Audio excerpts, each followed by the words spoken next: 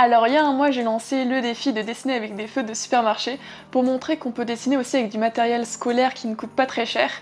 Et aujourd'hui, on va voir le résultat, on va voir vos participations et tu vas voir qu'il y a énormément de styles graphiques différents. Alors on va commencer par Maurice. Alors Maurice déjà il a un style assez fort puisqu'on retrouve en fait l'influence cubiste dans son dessin. Alors du coup il a représenté un homme assez fragmenté avec un bras d'à côté, les cheveux un peu en suspension au-dessus de la tête et le cerveau aussi en dehors du corps. Il a aussi mis plusieurs objets qu'il a ensuite barrés.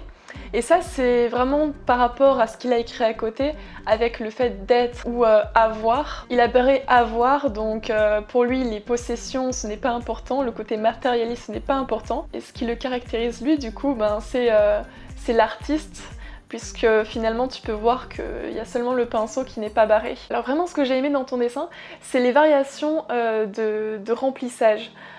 Des fois tu utilises des hachures, des fois tu utilises des cercles à l'intérieur des formes et ça fonctionne plutôt bien pour des feutres qui sont bas de gamme comme ça. Et niveau espace laissé blanc aussi, c'est assez bien géré. Il y a seulement une chose qui me meurte un petit peu, qui oriente mon regard dessus alors que c'est pas vraiment très important à voir. C'est le fond en fait derrière. Bon, ça marche plutôt bien les couleurs chaud-froid comme ça, mais c'est vraiment au niveau transition que ça heurte assez, surtout que c'est au niveau du visage, donc t'y prêtes beaucoup attention. Les coups de feutre à ce niveau-là sont un peu trop abrupts. Alors le prochain dessin, c'est Nathan.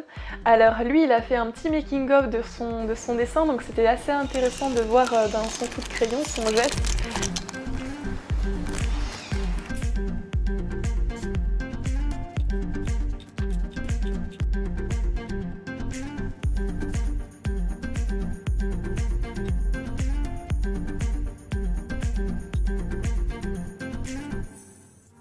Il y a autre chose aussi que je trouve intéressant dans ton dessin, c'est au niveau des ombres. Tu n'as pas utilisé de noir directement, mais une autre couleur pour faire les ombres, pour traiter les ombres. Et ça c'est assez important quand tu utilises des feutres comme ça. Le noir directement, ça tranche trop abruptement. Et il y a une règle en dessin justement à ce niveau-là.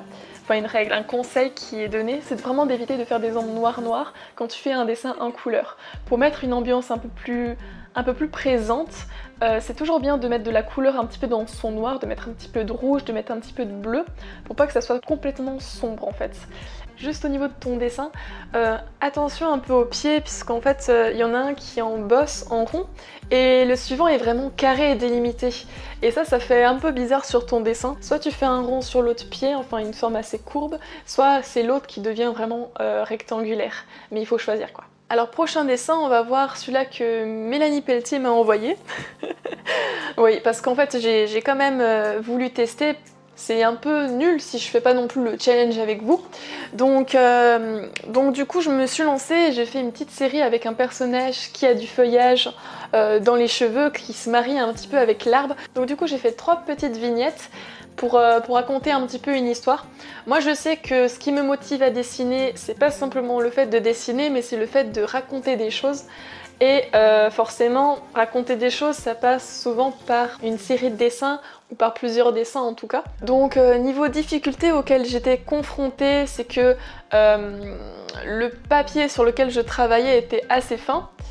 Et du coup, c'est vrai qu'il fallait tout de suite réfléchir à la composition, sinon, de toute façon, tu peux pas trop repasser, même avec des feutres comme ça par-dessus. Sur le premier dessin, j'avais fait une petite esquisse préalable, mais ensuite les deux autres, j'ai vraiment essayé de le faire sans. Ça, c'était vraiment pour me rassurer au départ et pour pas me louper. Niveau coloris, j'ai essayé de trouver des teintes qui marchent assez bien ensemble. Je voulais pas aller trop dans les tons bleu, ton froid. Je voulais vraiment marier un petit peu les deux. Faire un aspect assez nocturne, mais avec aussi des couleurs assez chaudes. Et là, les couleurs chaudes, on peut le retrouver de par le personnage, avec vraiment la peau orangée et rouge, et puis le sol aussi. Pour ce qui est des ombres, justement, comme je disais tout à l'heure, ici j'ai vraiment pas utilisé de noir, j'ai pas fait non plus de délimitation au niveau du corps, vraiment très marqué, pour aller plus dans le relief et plus dans la couleur. Et donc tu retrouves aucun noir dans ma composition, et plutôt des nuances pour ce qui est du contraste. Alors pour le visage, je me suis pas mal inspirée des masques africains, et plus particulièrement de ceux-ci. Ensuite on va passer à Tits, ou Tiff. Enfin, je sais pas trop comment tu veux que je dise ton surnom.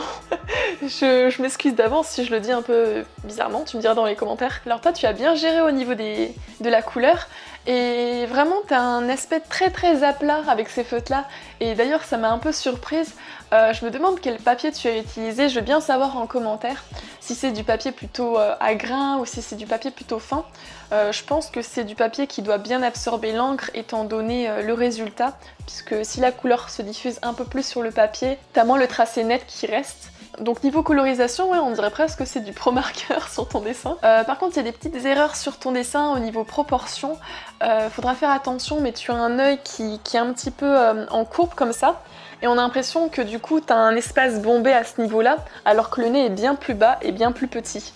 Encore, si tu avais un nez qui s'unit comme ça, ce serait logique que tu aies les yeux un peu bombés sur le côté, mais pas ici, donc faut faire un petit peu attention. Après, au niveau de la bouche, il y a une petite erreur aussi, c'est qu'en fait tu l'as fait de ce côté-là, alors que ton personnage tourne la tête à gauche. Et donc du coup, ben voilà, ça fait un peu bizarre. Normalement la bouche devrait être ce côté-là puisque tu as le 3/4 de ce côté-ci. Et là il y a un petit peu une opposition à ce niveau-là. Donc ta forme de bouche n'est pas fausse, mais il faut juste la placer différemment, c'est-à-dire ici de l'autre côté, vu que tu tournes ton personnage de 3/4. Et au niveau du pull aussi, le conseil que je peux te donner, c'est de pas finir totalement ton trait, le premier trait, pour mettre un peu plus d'épaisseur et qu'on voit un peu plus la matière, qu'on voit vraiment que c'est un pull en laine, que tu as un bon col chaud comme ça. Justement voilà, finis ton trait plus au milieu et là on verra plus le relief. Ensuite on va avoir une série de Christian Mélinger. Alors Christian, lui, il laisse vraiment aucun espace blanc, mais ça fonctionne bien, c'est-à-dire que c'est vraiment par rapport au but qu'il a recherché, j'ai vraiment l'impression que c'est ça, que finalement tout l'espace est comblé pour créer une atmosphère assez pesante. Et en fait, on a vraiment l'impression aussi que dans son dessin, on va pouvoir trouver des petits éléments à certains endroits qu'on n'a pas remarqué au tout départ. Par exemple, il y a une page en particulier qui est ma préférée, où en fait, à certains endroits, tu peux voir qu'il y a des yeux et d'autres formes que tu n'aurais pas remarqué au premier abord, puisque justement, ça se perd dans ce tumulte un peu. Et justement, au niveau composition, mon préféré, c'est celui-là avec la femme qui est en jaune en fait, puisque dans tout ce tumulte et tout, on a vraiment l'impression qu'elle est le petit rayon de lumière du fait qu'elle est en jaune. Donc ça capte bien le regard et ça se démarque du reste. Pareil, niveau couleurs, c'est des couleurs qui se chevauchent, qui donnent un aspect assez étrange, mais finalement qui fonctionnent bien. Et dans ton dessin, j'ai vraiment l'impression que tu as été assez inspirée par ce qui est surréalisme, et plus particulièrement le dessin automatique. À cette époque, en fait, il y a eu l'écriture automatique qui a donné ensuite le dessin automatique qui a été inventé par le peintre et dessinateur André Masson. Et j'ai l'impression que je retrouve vraiment ça dans ton dessin, c'est-à-dire qu'on voit vraiment une certaine lâcher prise. T'as vraiment le geste qui part un petit peu dans tous les sens. Et c'est vraiment ça en fait le dessin automatique. C'est dessiner sans avoir une idée précise au départ de ce qu'on va faire au final, et de se laisser un peu surprendre par ça, de laisser vraiment intervenir son inconscient sans essayer d'avoir vraiment le contrôle sur sa création. Ensuite Liane, donc Liane, toi tu as fait un dessin vraiment dans les tons orangés, tu as vraiment choisi 2 couleurs pour ton dessin, et généralement quand on choisit 2 couleurs, il n'y a pas de problème au niveau composition, tu peux travailler par teinte en fait, comme Liane a fait, c'est-à-dire avec rouge-orange, donc ton chaud, mais aussi tu peux travailler par couleurs opposées et couleurs complémentaires. Alors ce que je trouve intéressant dans ton dessin, c'est que tu as mis un aplat de couleurs derrière ton personnage et ça fonctionne assez bien pour le faire ressortir. Par contre, il y a un petit conseil que je peux te donner au niveau du pull, c'est que les lignes du t-shirt, tu les traces comme ça sur toute la longueur, y compris les manches. Or, quand tu regardes un t-shirt qui est rayé, forcément à cause du relief, les lignes ne seront pas au même niveau. Et pour marquer le relief, justement, il faut faire ça, sinon t'as l'impression que tout est vraiment au même plan. Donc maintenant on va voir 2 dessins qui ont utilisé des personnages préexistants, même si c'est vrai qu'au niveau style graphique, ça aurait été mieux de voir quelque chose que vous avez inventé en fait. Le premier c'est celui-là de Marine, et en fait elle a fait Ladybug. Et en fait ça m'a rappelé pas mal de choses parce qu'en fait il y a 2 ans, je crois que c'était il y a 2 ans, oui, il y a 2 ans en fait, quand j'étais en première ou en terminale, je me souviens plus, j'avais dessiné justement ce personnage et j'avais fait son model sheet, je l'avais dessiné de face, de profil et de dos, donc c'est assez intéressant de voir que tu aimes le même personnage que moi. Et Ladybug, en fait, c'est un personnage de dessin animé qui passait sur TF1 notamment, et il est en 3D. Et je trouve que la 3D est vraiment bien faite. Alors, pour ton dessin, je sais pas si t'as inventé la pose, mais en tout cas, elle fonctionne bien. Par contre, pour ce qui est de la tête, à ce niveau-là, tout le reste, niveau proportion, ça fonctionne, mais c'est vraiment au niveau des cheveux. On a l'impression qu'en fait, elle a la tête plate ici, que c'est vraiment écrasé. Sauf qu'en fait, ici, normalement, c'est un petit peu en bosse. Parce que quand tu fais l'ovale du visage, forcément, tu as cette bosse-là. Et ensuite, le deuxième dessin qui reprend un petit peu des références déjà en culture pop, c'est le dessin de Rosen qui m'a fait un petit dessin avec comme inspiration les birds dessinés. Et il a marqué Mélanie Pelletier a passé le cap 3000 abonnés sur YouTube, je suis fan. Donc merci Rosen, hein, quand j'ai vu ça dans ma boîte mail, ça m'a bien fait sourire. Pour ce qui est des personnages et des oiseaux que tu as fait, je trouve qu'on a vraiment l'impression que tu as utilisé des pro-marqueurs. Donc ça c'est assez cool. Alors ensuite on va voir le dessin de Feripo. Donc tu as fait une corbeille de fruits. Niveau composition, je sais pas si c'est une nature morte en fait que tu as dessinée par observation directement ou si c'était à partir d'une photo. Mais niveau proportion du panier, ça va assez bien. Par contre, je pense que tu as utilisé une feuille un peu trop fine puisque là, tu as vraiment le feutre, on voit qu'il abîme la feuille et tu n'as pas un tracé net parce que tu as vraiment l'encre qui s'étend sur le papier, qui traverse le papier. Et limite par endroit, peut-être que tu as eu des soucis au niveau de ton dessin et que le feutre a déchiré la feuille. Mais en tout cas, en vue de la texture que ça rend, on a vraiment l'impression que ça aurait pu, en tout cas vraiment. Donc voilà, faire attention, on prend quand même une feuille un peu plus épaisse pour dessiner avec des feutres, que ce soit des pro-marqueurs ou encore plus des feutres bas de gamme. Ensuite on va passer sur le dessin de Miss Doodle. Alors Miss Doodle, elle a fait une petite personnage asiatique et je pense que t'as eu une influence pas mal avec les Kokeshi Dolls. Je te mets un petit exemple ici. Et en fait, ce sont des poupées qui sont originaires du nord de l'archipel du Japon. Après, tu as utilisé la forme du rond pour délimiter ton dessin et du coup, ça fait un aspect assez logo, assez stickers. Tu n'utilises pas les couleurs comme profondeur en fait. Tu joues pas sur la profondeur avec les couleurs. Donc il faut savoir que en fait, les couleurs chaudes et le rouge et l'orange, c'est des couleurs qui approchent. Tandis que le bleu, en fait, c'est une couleur froide, donc c'est une couleur qui éloigne.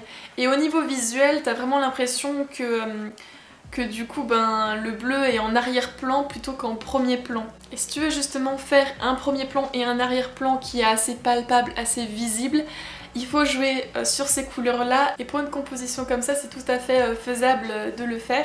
Mais peut-être que tu voulais garder des couleurs vraiment comme ça par rapport peut-être à une référence visuelle que tu avais, peut-être une photo ou je sais pas. Ensuite on va passer à Léane. Donc Léane, tu as fait un oiseau comme ça. On saisit bien les plumes avec justement les traits de feutre que tu as mis, notamment au niveau du cou du rouge-gorge. Pareil pour ce qui est branche, tu l'as juste suggéré un petit peu par des teintes de brun et ça aussi ça fonctionne plutôt bien. Tu n'as pas non plus utilisé vraiment de noir tranché pour délimiter ton dessin, donc tu as vraiment travaillé plutôt par volume et ce qui rend ton dessin assez doux. Eliane et Alicia, vous avez fait le même sujet puisqu'ensuite Alicia a aussi fait un oiseau, mais elle a beaucoup moins travaillé sur le volume et plus sur le trait. Ce que j'aime bien dans ton dessin, c'est l'idée d'avoir la musique à l'intérieur du corps de l'oiseau, ça je trouvais ça intéressant. Par contre, il faut que tu fasses attention aux pattes de l'oiseau qui viennent un petit peu se poser sur la forme comme ça, mais qui font plus, je sais pas, un peu griffes, un peu pattes de chauve-souris peut-être. Et on va finir avec le dessin de Jessica. Alors Jessica, elle a dessiné un être un petit peu magique comme ça, avec la peau bleue, les cheveux roses, et en fond tu as fait un motif avec des cercles. Vu que tu as utilisé du jaune comme ça, je pense que c'est en rapport avec le fait que... Enfin, le côté magique quoi, que tu voulais donner au personnage, je pense que c'est ça. Alors le conseil vraiment que je peux te donner en termes de composition, pour rajouter du mouvement et du dynamisme à ton dessin, c'est d'essayer de suivre tes lignes de mouvement. C'est-à-dire que là en fait tu as les cheveux qui partent de ce côté comme ça, et finalement tu as les cercles qui viennent en arrière-plan comme ça, comment dire, casser un petit peu ce rythme là. Et ce qui m'a permis de mettre les cheveux en valeur, les cheveux qui volent en valeur, c'est de faire des traits dans la même direction que tes cheveux, Ou alors, si tu veux rester sur l'optique des ronds, de faire des ovales. Mais des ovales, pareil, dans la direction où vont les cheveux, pour ajouter un petit peu de vitesse. Parce que c'est vrai que là, niveau mouvement, ça casse un petit peu ce côté-là, et du coup, ça fait une image très très figée. Alors que tu as les cheveux quand même qui ne sont pas raides sur la tête. Donc voilà, c'est la fin de cette vidéo. J'espère que voir toutes ces participations, ça t'a donné envie d'utiliser ces feutres là. Voilà, c'est vraiment pour montrer qu'on peut dessiner même avec des fournitures scolaires, que t'as pas besoin non plus de dessin professionnel pour commencer à faire des choses assez intéressantes et à faire évoluer ton style graphique. Si tu n'as pas vu mes précédentes vidéos, je t'invite à aller la voir. Ça parle de mon blog, de mon nouveau site web, et notamment aussi de comment me soutenir et d'un système de loterie que je fais chaque mois pour gagner un dessin. C'est-à-dire que tu peux me demander ce que tu veux en dessin. Aussi, si tu es intéressé pour avoir des autoportraits de toi en croquis, ça passe par ce système-là. Donc si tu as envie d'une nouvelle photo de profil, que tu as envie d'offrir quelque chose d'original à quelqu'un, voilà, je peux faire des autoportraits en dessin. Et tout ça, je t'en parle dans ma précédente vidéo, mais aussi surtout sur mon blog. Donc voilà, je t'invite à aller zioter de ce côté-là si t'es intéressé. Moi, je te dis à bientôt pour une prochaine vidéo, et en attendant, à tes crayons.